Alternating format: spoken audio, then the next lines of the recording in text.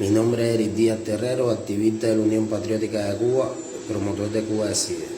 Jueves 15, aproximadamente a las 5 de la tarde, 3 agentes de la Seguridad del Estado me detuvieron a unas pocas cuadras de mi vivienda, aproximadamente 3 cuadras,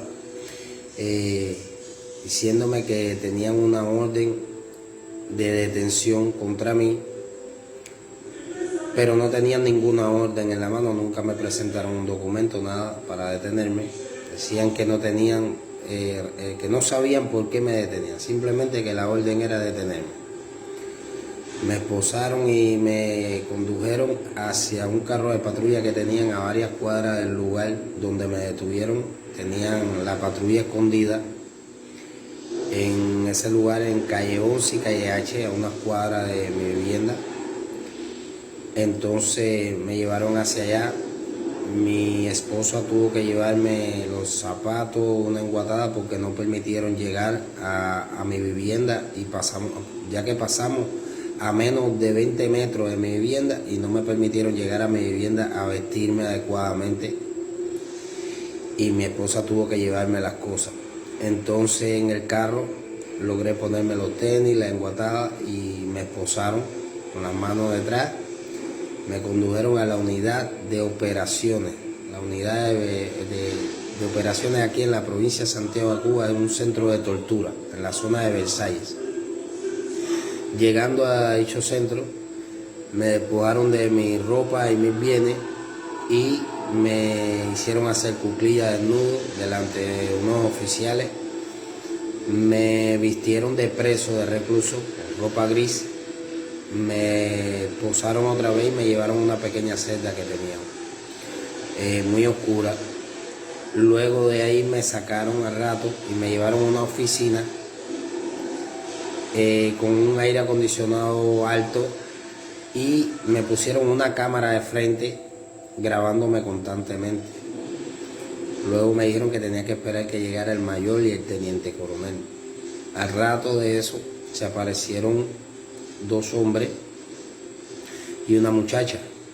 Uno se identificó como que era el teniente coronel, no recuerdo el nombre ahora, y el otro que era el segundo que atiende la seguridad del Estado en cárceles y prisiones, aquí en la provincia de Santiago de Cuba.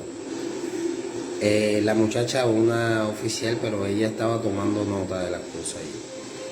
Bueno, empezaron diciéndome que el motivo por el cual yo me encontraba detenido era porque decía un oficial de la seguridad del Estado, un agente, que yo lo había amenazado en la vía pública. Le dije que lo buscara y lo parara delante de mí, que yo no había hecho eso, que mi lucha era pacífica, netamente pacífica, nada de violencia. Los violentos eran ellos. Que lo parara delante de mí y que lo dijera, si era hombre de verdad, que dijera las cosas como son.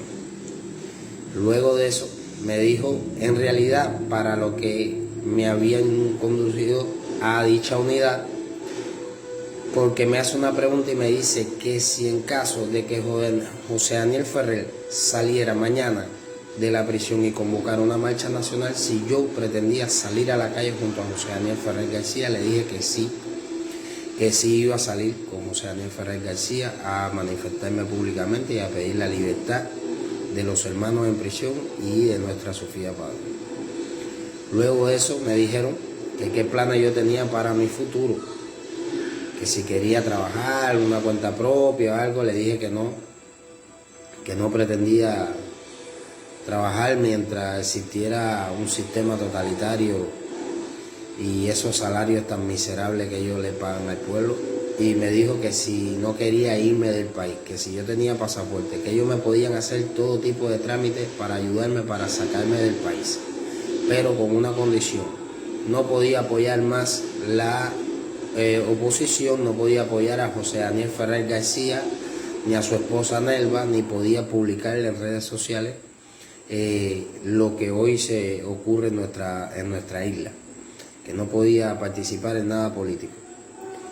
Le dije que yo no quería abandonar la isla, Me dijo que lo pensaran, que por nuestra isla, que no podía participar en nada político. Le dije que no, que yo no quería abandonar la isla. Me dijo que lo pensaran, que podíamos dialogar y podíamos entrar a un arreglo. Le dije que no, yo no necesitaba eso. Que ellos hagan su trabajo, que yo voy a seguir haciendo el que me toca a mí como patriota. Voy a seguir apoyando a José Daniel Ferrer, voy a seguir exigiendo la libertad de los presos políticos y la libertad de Cuba. Luego de eso dijeron que si yo continuaba con esta lucha, que me podían llevar a prisión, que me recordara que yo tenía alguna multa y que si seguía publicando, apoyando a José Daniel Ferrer García, me iban a llevar a prisión, directamente hacia la prisión. Este oficial de la seguridad del Estado, que dice que es el segundo de cárcel y prisiones, me dice que José Daniel, que Saqueo, que mira cómo Saqueo abandonó el país, que miro vídeos, me empezó a hablar de varias personas de la organización. Le dije que no me interesaba nada de eso. El que se fue y te dan todo su derecho. Que yo era una persona independiente de esas cosas. Entonces de ahí empezó a hablarme de José Daniel. Le dije que José Daniel se mantenía firme, que nosotros sabíamos todo de José Daniel. José Daniel se mantiene firme en la prisión. José Daniel no ha claudicado en ningún momento. Luego de eso, el otro teniente coronel hizo mucho énfasis en quererme sacar del país, en querer buscar una vía alternativa para sacarme del país. Y que era lo mejor para mí, o si no tendría que ir a prisión. Y entonces no le contesté más nada y me basé en la pregunta principal.